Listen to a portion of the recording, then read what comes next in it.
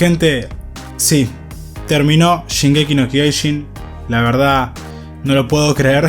No puedo creer que ya no tengamos más capítulos de esta historia.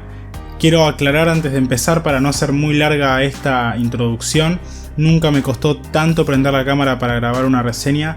Me parece complicadísima de encarar, por el motivo de que siento que es un final con mucho contenido, con muchas cosas para hablar, debatir, y me da bronca que ya sé que hay cosas que seguramente quiera decir ahora en este momento, que ahora en unos minutos me las voy a olvidar. Así que bueno, no pretendo que esta sea la mejor reseña de YouTube, el mejor análisis punto por punto del final de Shingeki. No, sí quiero hablar en lo posible de lo más importante del capítulo, de cómo me sentí yo con el capítulo y demás, porque de vuelta siento que el contenido es gigantesco y se pueden hablar de mil cosas. Y ya en el futuro del canal seguramente tengamos más videos, contenido de Shingeki, seguro otra reseña, no sé, en el podcast, en Charlando con Mates, con algún invitado, para hablar más a fondo, ya cuando envejezca un poco más este último capítulo. La realidad es que no quería que pase mucho tiempo, porque si no, tal vez hubiese dejado madurar más este capítulo. Lo vi 2 veces, pero bueno, gente, en definitiva, esta es mi decisión, así que con ustedes les presento mi reseña de Shingeki no Kyojin, el final.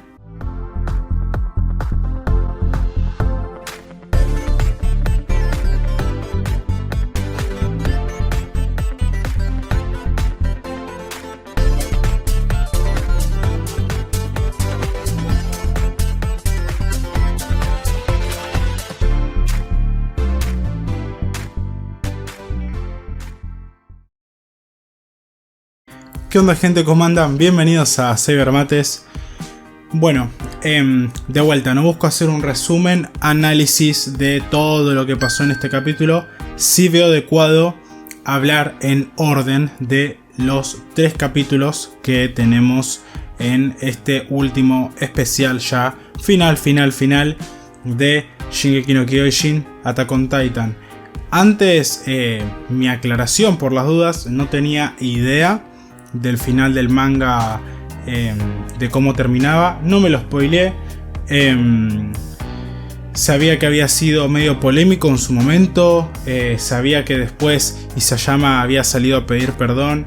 Me parece muy interesante este punto porque es algo que voy a tocar más sobre el final, de por qué siento que pasó todo esto, porque yo mismo, y más al final de vuelta voy a hablar de eso, quiero brindarles un poco de cuál fue mi experiencia cuando terminé el capítulo, porque no tiene mucho que ver con la experiencia con la que puedo hablar ahora para contarles qué es lo que siento del capítulo.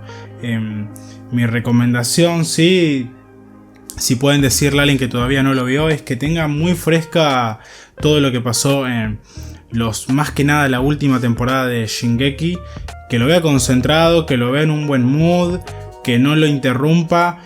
Y eso, que esté abierto a que pueda pasar cualquier cosa. Porque, a ver, yo soy una persona que ya de por sí viene traumada con finales como los de Juego de Tronos, Naruto Shippuden. No voy a entrar en spoilers, pero no me gustaron.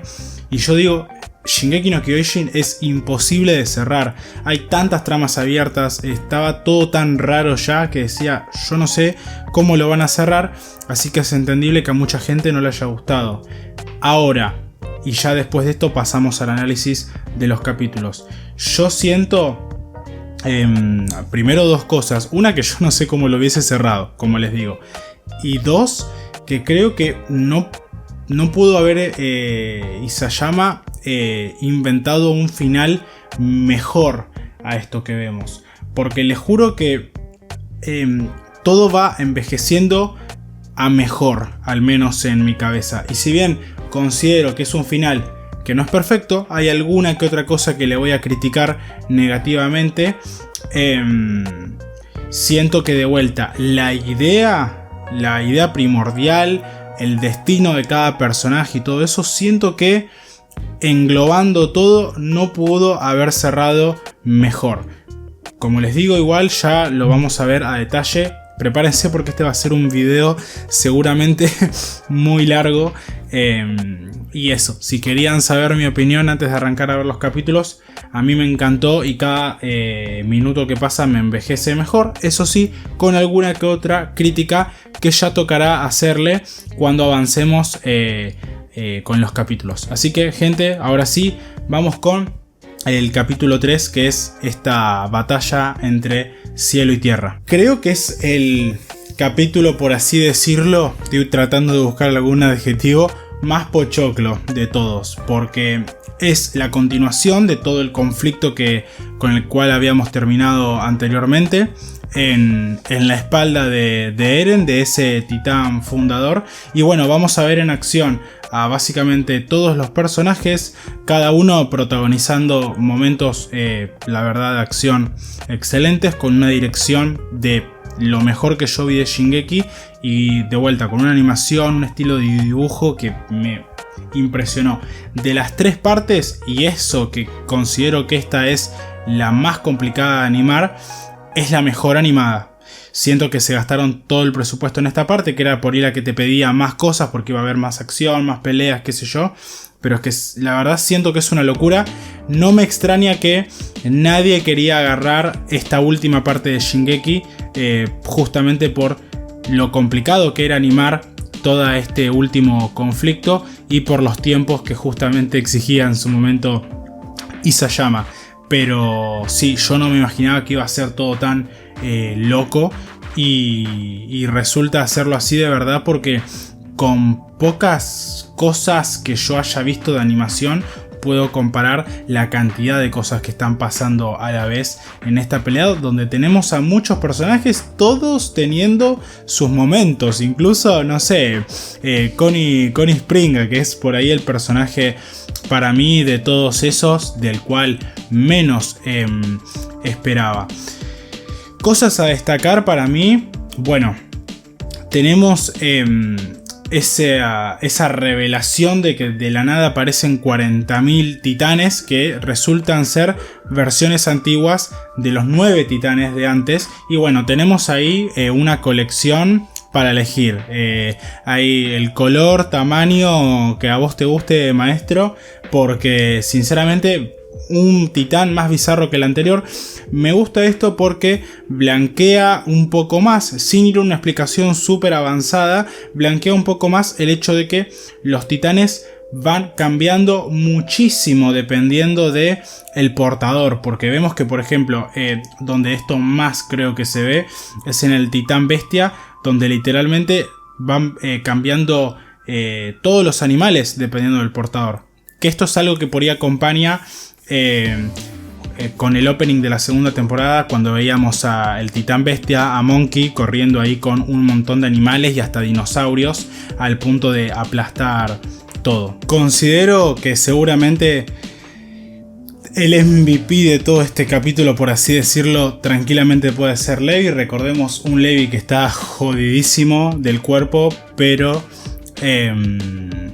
aún así resulta ser el personaje que, junto con Mikasa, mejor se desenvuelve, como siempre, en toda la pelea.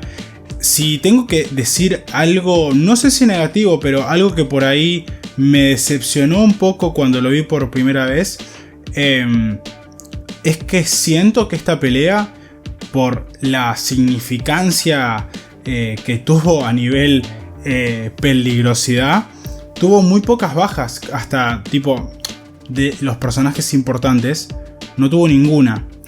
No es una crítica a la que yo apunte de tendrían que haber muerto un montón porque quiero más destrucción, muerte, no, sino que cuando lo volví a ver por segunda vez confirmo esto, viendo que los personajes estuvieron a punto de morir en muchos momentos y se terminan salvando por cosas que bueno, que básicamente nada, son como momentos puntuales donde solamente en esa situación te podés salvar, y es como que hasta en un punto me resultó poco creíble que con todos esos personajes metidos en el medio del conflicto, rodeados por un montón de titanes y demás, no haya muerto aunque sea un solo personaje.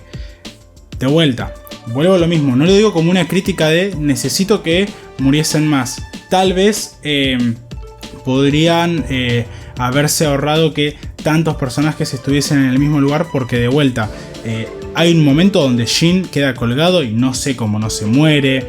Hay un momento que Falco entra y salva a todos y como que tampoco entiendo bien cómo los salva a todos. Es una crítica menor, pero bueno, siento que Shingeki hasta este momento con esta característica la cumplía a la perfección. Es como que siento que por ahí a otros animes, otras historias se lo puedo perdonar más, este tipo de salidas así rebuscadas.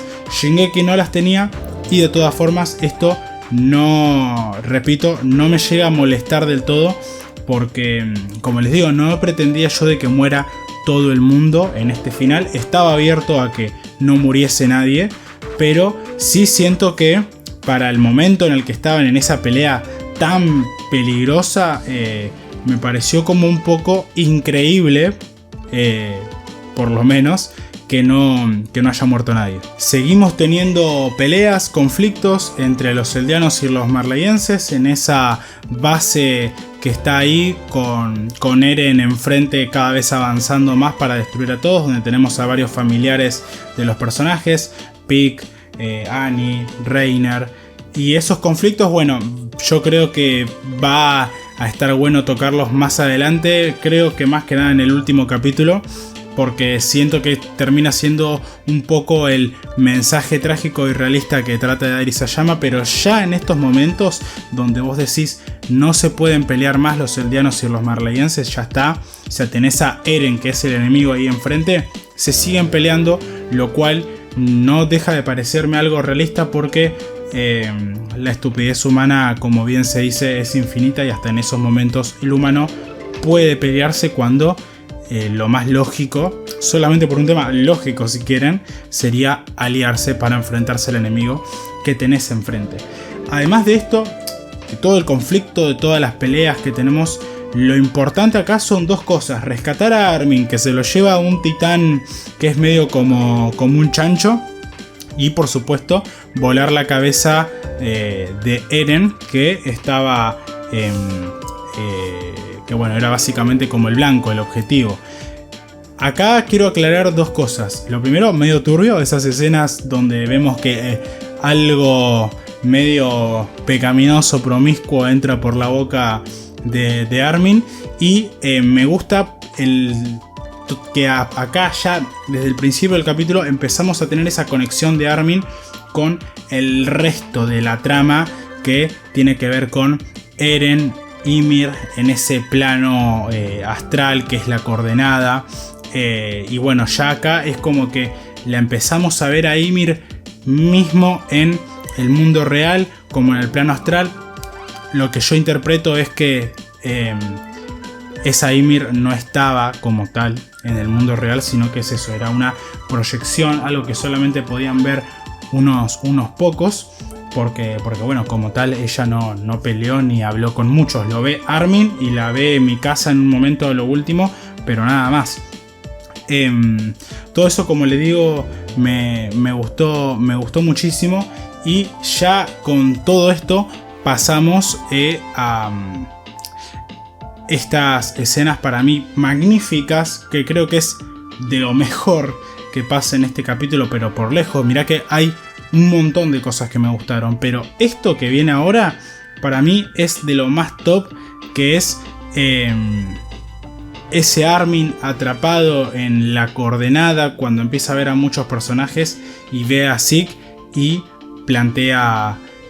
empieza un planteamiento filosófico que es tremendo, que bueno, nos va a llevar básicamente al próximo capítulo, no sin antes aclarar para mí lo mejor que tuvo este primer capítulo, que es el tercer capítulo para entendernos, esto de batalla entre cielo y tierra, que es todas esas escenas que tenemos en el mundo de todas las personas corriendo del retumbar, muerte, destrucción, y todo culmina con esa escena donde vemos que están muriendo niños como en los capítulos anteriores, pero además que las personas están con un bebé que está cubierto como una manta roja, claramente para destacar al bebé por sobre todas las otras cosas. Y es que en una masacre, en un genocidio, en cosas tan atroces, siempre lo que más te choca es ver al más inocente de todos siendo asesinado, y brutalmente en este caso. Y qué más inocente justamente que un niño. Este bebé va a tener luego una salvación, que también para mí va a significar otra cosa, que lo tocaremos cuando lleguemos a ese capítulo. Pero toda esa secuencia me parece brutal.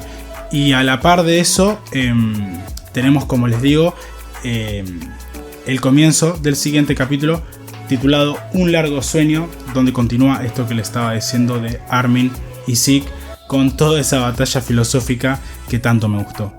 Como les dije, Armin se encuentra con Zeke y empiezan a tener, primero por Zeke, toda una explicación de cómo era antes. Él dice el universo, yo termino de entender el planeta Tierra. Antes de que exista la vida, solamente la materia inorgánica, por ejemplo, en este caso. Y luego nos cuenta cómo nace la vida y que tiene siempre la tendencia, el deseo de reproducirse, de multiplicarse. Esto me parece algo increíble, porque es una historia de las pocas que yo alguna vez vi. Creo recordar la única Watchmen que toca este tema, donde plantean a la vida como un problema. Acá realmente Zeke está planteando que la vida, por ese deseo de multiplicarse, por el contrario de las piedras, la tierra y demás que no quieren multiplicarse, plantea un conflicto que lleva a que, bueno, no sé, los animales se maten entre ellos, o hasta en catástrofes y genocidios como lo que se está viviendo en este momento. Lo curioso siempre de este tópico es que no tiene como una réplica rápida y fácil, porque sí, es algo lógico. La vida termina causando estos problemas. Y bueno, y me gusta cómo se encara todo esto, porque después vamos a tener ese momento, que ya lo puedo nombrar porque es durante este capítulo, donde vemos que ese organismo que termina siendo como la representación máxima de la vida, el responsable de todo esto, el que le dio los poderes a Ymir y que ahora le da el poder del fundador y el retumbar a Eren, es como ese parásito que, como les digo, es una representación clara de esa vida que quiere permanecer al infinito, y que todo lo que está haciendo ahora es justamente para permanecer, para reproducirse, para que otro ser no lo extinga. Esa es mi interpretación. Y si también me lo preguntan, y esto ya también lo puedo meter acá, ese árbol donde se mete Ymir en su momento, que es básicamente lo que arranca toda esta historia, no deja de ser eso, todas alegorías a la vida. Un árbol enorme que pasan 1000 catástrofes y sigue estando ahí, representa la vida, y ese parásito le termina dando a Ymir lo que ella quería en definitiva, que cuenta Zeke, que era básicamente tener un cuerpo enorme, indestructible e infinito. Yo creo que Ymir estaba medio preocupada, como la mayoría de los humanos, con el tema de la muerte, y por eso ella termina en ese plano astral, la coordenada, que es un lugar donde va a estar habitando 2000 años sin envejecer.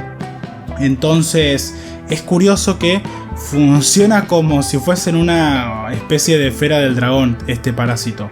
Lo que vos realmente estás deseando en ese momento, como que se manifiesta con los titanes, y también con ese plano astral donde ella no envejece y está 2000 años ahí haciendo el resto de los titanes y demás. Me parece muy curioso, porque esta vida que vamos a ver después luchando por sobrevivir va a tener otra representación final, a mi interpretación, que es de lo último que vamos a hablar, que bueno, es ese final que tenemos como en los créditos. Pero bueno, todo esto me parece muy curioso, y Armin, por supuesto, lo rebate, básicamente no diciendo que la vida sea algo bueno como tal, pero sí que la vida tiene eso mágico, simple tal vez, no tan explicable si querés, que es esto de que vos en la vida, solamente por el hecho de existir, no sabés por qué, tenés buenos momentos, excelentes momentos, momentos inexplicables que te hacen feliz de alguna forma. Tal vez menor o en mayor parte del tiempo, pero que te hacen feliz. Entonces el debate termina inclinándose por el lado donde Zeke empieza a pensar, a pesar de toda la mierda que pasó, ¿yo volvería a nacer, a hacer vida por vivir esos buenos momentos? Y él recuerda, por ejemplo, jugando al béisbol, a la pelota con su entrenador, que era ese titán bestia anterior. Y sí, él lo haría, y yo creo que el 90% de las personas elegiría lo mismo. Así que no termina Armin rebatiendo que la vida sea mala. Y ya les digo, me parece un pensamiento muy turbio, muy tétrico, muy interesante a debatir de si la vida está bien o mal. Sino que Armin se termina yendo por otro lado, que también es completamente válido, que es más aún sentido de la vida. Y si no sabes cuál es el sentido de la vida, aunque sea podés afirmar que la vida tiene algo que en algunos momentos la hace asombrosa. No solamente por su complejidad, sino por esos momentos de felicidad que destaca Armin, que crean a uno. Toda esta batalla filosófica a mí me resultó arte puro, cine puchito. Con esto Armin hace empatizar a Zeke y empiezan a aparecer el resto de personajes que, a mi interpretación, tuvieron relación con Armin y con Zeke, que estuvieron muertos, que no dejan de ser los titanes que empiezan a ayudar, ahora como con una conciencia propia, al grupo de los pibes contra Eren y sus titanes. Toda esa secuencia también me encantó porque no dejamos de tener, aunque sea un poquito, de cada personaje que fue perdiendo la vida en este capítulo. Los titanes en este caso, e incluso los que no son titanes como Erwin y Saya, al final del capítulo. Es como que en este especial aparecen todos y eso me resulta impresionante. Con todo esto, Zeke sale de una forma bastante extraña, por cierto, del cuerpo de Eren, esta vez con esa conciencia propia, porque él llega a la conclusión que si bien él cambió, que si bien él tiene buenas convicciones, entre nosotros, para mí, Zeke es el que mejor plan tenía de todos, el más realista, el más decente, que era eutanasia a los eldianos. Si los eldianos no se reproducían más, en algún momento dejaban de existir los titanes y todo esto hubiese acabado. Y si encima la serie me acompaña con el pensamiento de que la humanidad no aprende, va a haber más destrucción en el futuro, porque la humanidad es estúpida y demás, no me parece mal el plan de Zeke, e incluso eso, hubiese tenido muchas menos bajas que todo esto que termina causando Eren. Así que Cybermates, Team Zeke. Pero bueno, esa es otra cuestión. Él llega a la conclusión de que para el momento donde está pasando todo esto, lo mejor es salir indefenso a la superficie, al mundo real. ¿Por qué? Porque Levi lo quiere matar. Y acá les quiero aclarar que yo estaba dudando de si Levi iba a matar a Zeke o no. Claramente se le iba a presentar esa oportunidad, pero dudé cómo se iba a dar esa secuencia. Levi no duda 2 segundos, lo mata, eso sí, con esos recuerdos muy lindos de Erwin diciendo, aunque sea, pude hacer que alguien que lleva tus mismos valores esté a cargo de toda esta operación. No deja de ser Armin. Y fue un momento muy lindo, pero sí lo que puedo criticar, y creo que es lo que más le voy a criticar a todo este final de Shingeki, como que sentí que fue todo muy rápido. De vuelta, para mí el final es una locura, me encanta, pero no es perfecto a mi juicio, porque siento que hay un montón de personajes, más que nada los secundarios, que tienen finales demasiado express. Zeke, para el personaje que era, sentí que por ahí fue una muerte demasiado rápida. Está bien, me encanta que Levi vaya sin dudar a matarlo, pero bueno, me pasa eso. Y también me va a pasar lo mismo con varios personajes. Mismo el grupo de Eren, sus amigos, estamos hablando de Shin, Connie.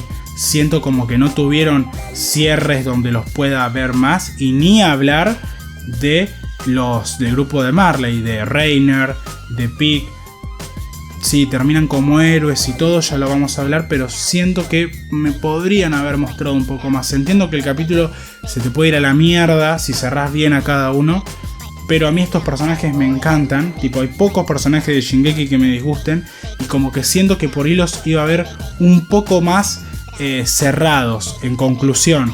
Pero bueno, tranquilamente eso me lo podrían solucionar sacándome un manga, agregando información del final de cada personaje, porque yo no estoy disgustado con el final de ninguno de los personajes. Sí, de tal vez que sacando a Eren, Armin, Mikasa y paro de contar, todos tuvieron finales bastante express. El mismo Levi, que me encanta, siento que, y al final lo vamos a hablar, tuvo un final buenísimo, pero express en el sentido de que me hubiese gustado ver más, tipo, qué sentía, qué decía, cómo estaba con todo lo que había pasado, y sobre el final lo vemos muy poquito.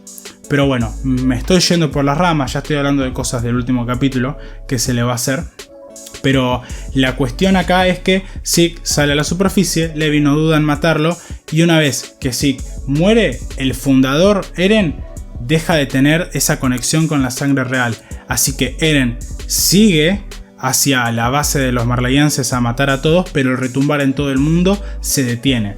Y nos da esa escena increíble de el bebé con ese manto rojo que no termina muriendo, y no deja de ser para mí una perfecta analogía, metáfora, lo que seas, a la esperanza. O sea, siento que esa escena te da esperanza, porque incluso yo sentía de que no lo derrotaban a Eren ahí, pero que ese bebé no podía morir ya, como que el retumbar había frenado. Luego de todo esto, le cortan la cabeza a Eren. Tenemos las últimas secuencias de peleas, de vuelta animadas excelentemente, en toda esta parte final de este capítulo. Mi teoría era de que Eren tenía el cuerpo conectado a otro lugar, como si te digo en Paradise, usando el poder del titán martillo, algo así medio falopa. No, resulta que sí estaba en el cuerpo del titán fundador que estábamos viendo en estos capítulos. Y quiero resumir un poco esto, porque de verdad que de lo que más tengo ganas de hablar ahora es del último capítulo. Así que en definitiva, Eren con ese cuerpo final termina convirtiendo a los eldianos que quedaban ahí, incluso Jin y Kon y todos, en titanes. Los únicos que no se convierten son los que tienen alguno de los 9 titanes, y los Ackerman, porque ya nos habían explicado que estaban como modificados experimentalmente ellos con cosas de titanes, así que es como que son medio titanes ya los Ackermans, y por esto se regeneran mejor y son más fuertes, mejores y demás, son como superhumanos. Bien, una vez con todo esto, tenemos la secuencia final, que de vuelta la voy a resumir, pero me encantó, donde llegan hasta Eren y Mikasa le corta la cabeza y mata a Eren. Tenemos esa secuencia que a mí me descolocó completamente la primera vez que la vi, que es como de un what if, un universo paralelo donde Eren está con Mikasa, que no deja de ser esta habilidad que tiene el fundador, el titán de ataque. No termino de entender bien, de cómo poder plantear realidades alternas en distintos tiempos de la historia, como si todo se detuviese y pasase una realidad alterna, donde acá Eren conversa con Mikasa, al igual que lo va a hacer con Armin después, para eso, como que vivir otra vida, que lo puedan entender más, y con todo eso, que estos recuerdos se activen una vez que Mikasa tome una decisión o no, que sería matar a Eren o dejarlo vivir. Y con todo este contexto podemos pasar ahora a hablar así, para mí, de lo más picante, polémico, lo que sea, que es el último capítulo, el final, ahora sí, final de Shingeki no Kyojin, que en definitiva es lo que da tanto de qué hablar todo este especial final. Bueno, gente, antes de hablar de cualquier cosa, quiero darles mi interpretación de más o menos cómo funcionan las reglas, porque esto es lo que a mí más me complicó en el capítulo. Lo hablé con amigos y demás, de cómo funciona justamente todo lo que nos lleva a que Mikasa tome la decisión que tome y de que Eren tome la decisión que tomó. A ver, vamos primero con lo principal. Ymir, la causante de todo esto. Ymir, además de que es la que empieza toda esta historia de los titanes, termina enamorada de una forma súper extraña, súper rara, inentendible por Zeke, por ejemplo, como él explica, de este rey, Fritz. Y bueno, uno mismo hasta lo podría interpretar como un síndrome de Estocolmo, porque de verdad que es algo como increíble, es de no creer que puedas enamorarte de una persona tan horrible como esa, más cuando tenés ya el poder de un dios en la tierra.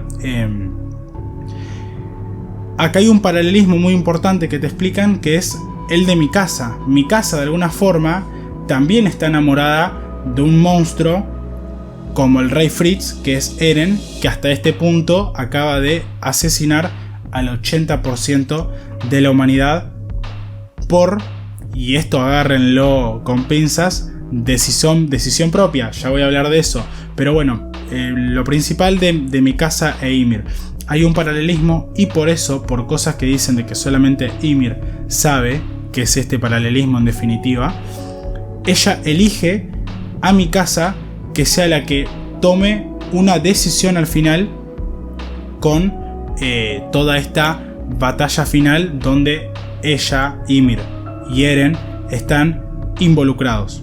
La decisión de Mikasa termina siendo al final la de matar a Eren.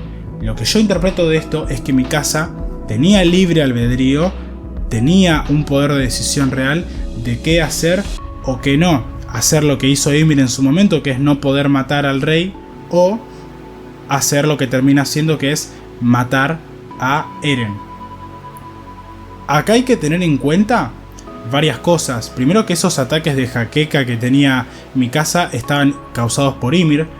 Era esa conexión que medio tenía con ella.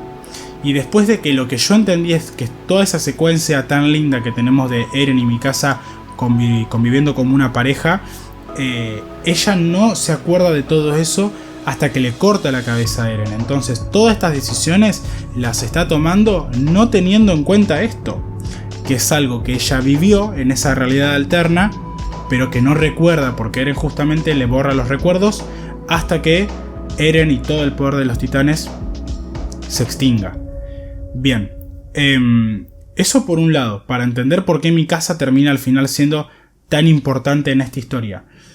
Ymir tiene un síndrome de Estocolmo, está como 2000 años perdida en todo este desastre y ciclo de odio que termina creando, y está buscando en algún momento a alguien parecida a ella que pueda tomar la decisión que ella no tomó. Puede gustarles o no, a mí la realidad es que me gustó, me pareció bastante poético. Eso sí, de vuelta a mi modo de ver las cosas, me parece impresionante la toxicidad que puede manejar Ymir, pero hay que recordar de que es una persona seguramente no muy culta, o sea, y no con tantas vivencias lindas como digamos vividas, justamente aprendidas, y que tenemos esa escena donde ella ve un casamiento y romantiza e idealiza esa idea de estar en pareja. Así que creo que sí, Ymir lo que termina teniendo es como ese síndrome de Estocolmo del que tanto se habla en la vida real, y todo eso concluye con que Mikasa, una Ymir 2.0, si querés verlo de este modo, termina tomando la decisión que ella no pudo, que es matar a su amor. Bien, por un lado eso de Mikasa. Vamos ahora con lo complicado que es el tema de Eren. Tenemos esa secuencia con Armin, donde bueno, ellos hablan, al igual que hablaron con Mikasa, y vemos que pasan muchas etapas de su vida. Y lo que yo entiendo de esto es que primero que visitan esos lugares que querían visitar de chicos, que si los volcanes, que si la nieve y demás. Y lo que tengo entendido es que con el poder del fundador, Eren va a varios momentos de la historia de Armin. El último que es cuando él está en el barco con Annie, teniendo todas estas charlas hasta, bueno, lo mismo que en mi casa, en algún momento borrarle la memoria. Ruido de mate. Bueno, cuestión, ¿qué entiendo yo de todo esto? Porque es muy difícil, siento que es lo más polémico si no lo entendés. A ver, lo que yo entiendo es: el titán de ataque tiene visiones y tiene los recuerdos del pasado y presente y futuro a la vez. No como algo completamente de destino, sino como de posibles probabilidades de las cosas que pueden pasar. El tema es que esto es tan confuso y es tan loco, y tenés memoria de tanta gente, que te lleva por ahí a tomar decisiones que vos no querés. Se habla mucho si en esta serie todo está predestinado por Ymir. Yo no termino de entender eso. Hasta termino de entender de que Eren tiene libre albedrío de todas las cosas. El tema es que hay decisiones que él las va tomando porque él quiere. Hay decisiones que las va tomando en base a toda esta locura que tiene de tantos sentimientos encontrados con pasado, presente y futuro a la vez, recuerdos de otras personas. Y siento que ese libre albedrío como tal se termina una vez que adquiere los poderes del titán fundador en la coordenada con Zeke. Pero hasta ese momento Eren sí tenía capacidad de elegir, porque él nos explica que él va tomando decisiones todo el tiempo, decisiones tan fuertes y tan locas como que el titán de Dina Fritz se termine comiendo a su propia mamá y no a Bertolt. Y también nos dice que él como que consideraba o había visto que lo de que Armin se salve en el conflicto de la tercera temporada no tenía que pasar, pero él como que medio termina haciendo de que eso pase, o algo así entendí yo. Todo esto me lleva a pensar que, si bien había posibles futuros de destino, Eren fue eligiendo y no es que todo estaba destinado como tal en una línea recta. Eso es muy importante porque, primero, me parecería más cagada que todo esté destinado, y segundo, para tratar de comprender un poco a Eren, porque este le dice a Armin que él llega a la conclusión de que la mejor opción de lo que podía hacer era matar al 80% de la población.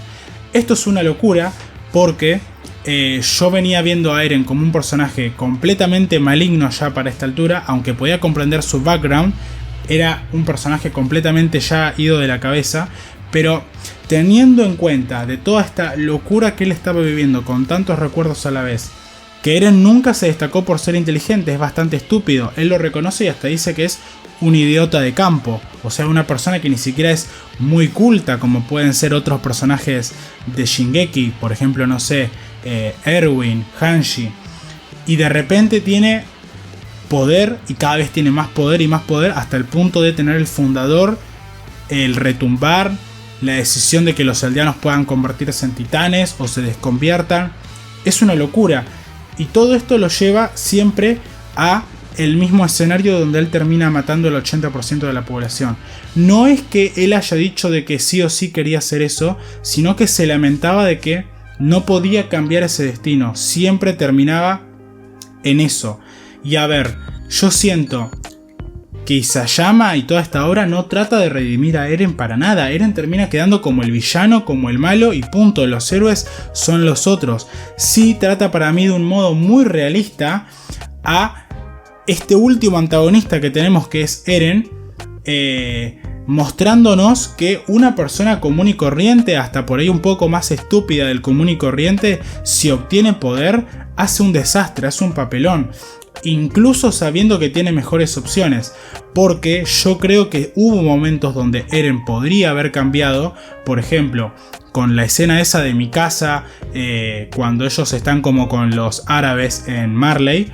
Pero bueno, hay distintos factores que se van dando para que Mikasa no lo haga entrar en razón y todo termine como sabemos. Pero yo no siento y repito que todo esté destinado, sino que Eren sí podía ir eligiendo entre distintas probabilidades usando el poder del titán de ataque. Y en esa locura que él tiene, termina decidiendo esto.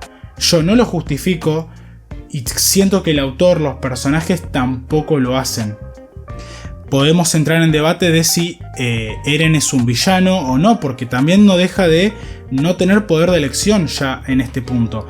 Estoy hablando de que él tenía poder de elección en otros momentos, pero ya para la cuarta temporada parece Eren sin sentimientos luego de que toca la mano de historia, más aún cuando accede a los poderes del titán fundador. Yo creo que ahí ese libre albedrío ya se pierde y solamente hay una opción a llevar a cabo. Todo esto Eren se lo explica a Armin, un poco se lo explica a Mikasa también, y siento que son escenas que nos ayudan a entender un poco más todo esto que está pasando en la cabeza de Eren, no para hacerle una redención, sino para tratar de entenderlo, solamente eso.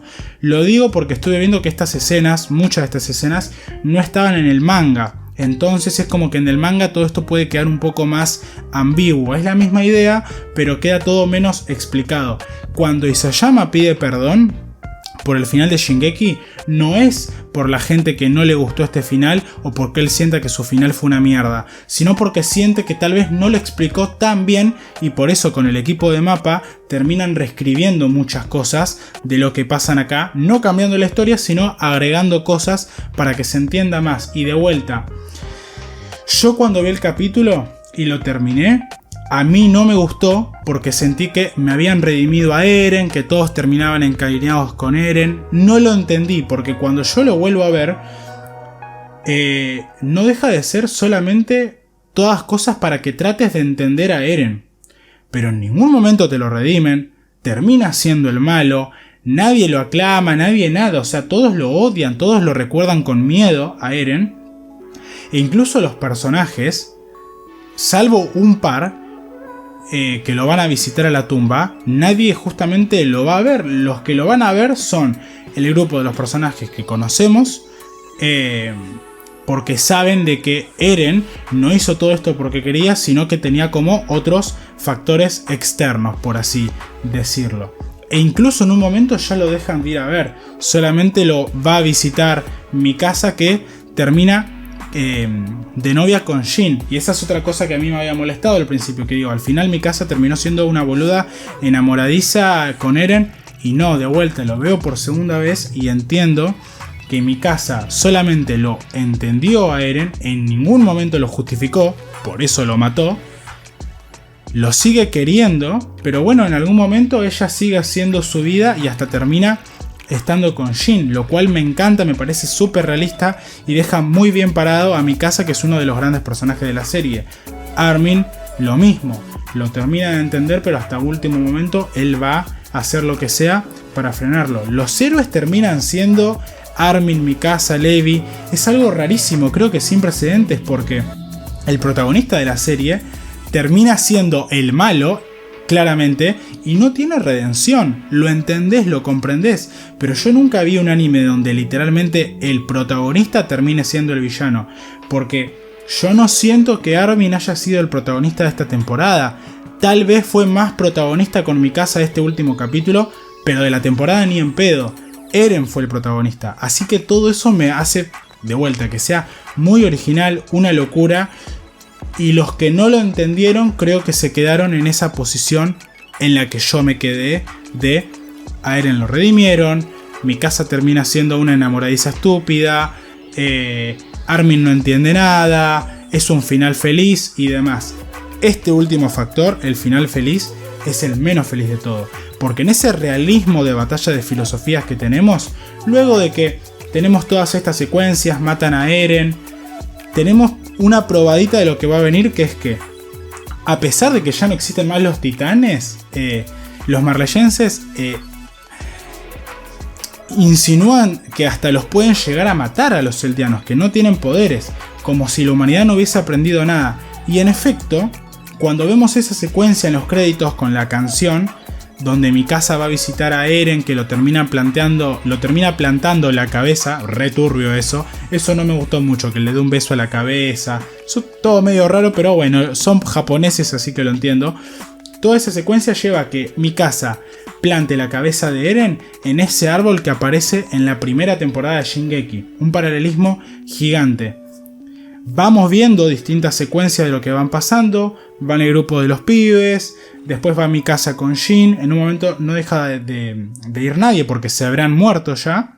Y van pasando el tiempo y vemos que la humanidad va avanzando hasta una época ya casi medio futurista, donde se terminan extinguiendo por una guerra entre bombas atómicas. Es decir, ¿es un final feliz Shingeki realmente? Para mí no, porque claramente termina todo destruido, la humanidad no aprende y es muy realista eso, porque después vos vas a ver otras historias donde te tratan de vender de que la humanidad puede aprender, y acá Isayama desde el primer momento, con esa secuencia de los marleyenses queriendo matar a los eldianos ya sin los titanes, te lo plantea, que la humanidad, por el miedo, por el odio, por lo desconocido, por algo que tenemos arraigado en el instinto, no aprende y es un peligro, y hasta termina dándole validez a Zeke, de que él dice y plantea hasta en un momento que la vida puede llegar a ser un problema. Una locura. Porque termina de vuelta toda la serie, todo el final siendo turbiamente realista. Es como es el final que no querés escuchar. Y yo creo que los que no les gustó, de vuelta, se quedaron con mis primeras impresiones. Yo soy sincero y se los digo acá. Cuando terminé el capítulo no me gustó. En el mismo día lo volví a ver, lo entendí y me pareció una locura y cada vez me envejece a mejor. Hay alguna otra cosita como bueno, al final Levi viendo a todos los del escuadrón del reconocimiento, mi casa viendo a Ymir y demás, que también me gustó muchísimo. Si tengo que criticar algo negativo en este punto es lo mismo que dije antes. Siento que el final de los personajes que no son ni Eren, ni Mikasa, ni Armin son muy express. Termino teniendo muy poquito de Annie, Reiner, Pieck, Jin, Connie, Levi. De Levi no terminamos teniendo nada, eso me molestó un poco. Vemos que él está en silla de ruedas, repartiendo como caramelos, que se ve que le encantan. Pero me hubiese gustado Levi siendo el personaje que es, que tenga hasta un momento por ahí, no sé, de reflexión, de opinión propia de todo lo que pasó. No me llega a molestar, pero siento que esas cositas hacen que el final sea imperfecto. Eso sí, y lo vuelvo a decir por si alguien se ofende. Imperfecto en, para mí, lo más perfecto que podría haber sido el final de Shingeki no Kyojin, porque a mí ni en pedo se me hubiese ocurrido cerrar algo tan raro, tan complicado de esta forma. Así que, gente, no tengo mucho más para decir. Planteo solamente una duda a nivel serie. Los papás de Armin, contéstenmelo el que haya llegado hasta acá. Este video no sé, va a durar 4 horas.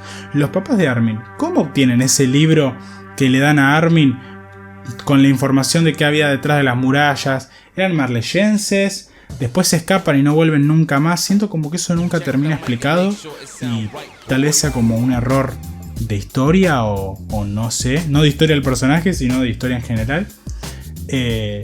Pero bueno, me resultó bastante raro eso, es como algo que nunca respondieron y no deja de ser medio uno de los detonantes de toda la trama.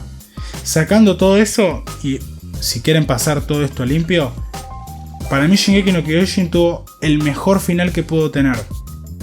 Con cositas negativas a criticarla de mi parte, pero en general en un 95% me parece perfecto. Y eso es una locura, porque teniendo en cuenta que yo pensé que esto no se podía cerrar bien, que a mucha gente le disgustó cuando salió en el manga y que a mí mismo no me convenció cuando lo vi por primera vez, me hace sentir de vuelta de que como que acabo de ver algo especial, algo único que va a dar para debatir, para hablar, para pensar, para reflexionar.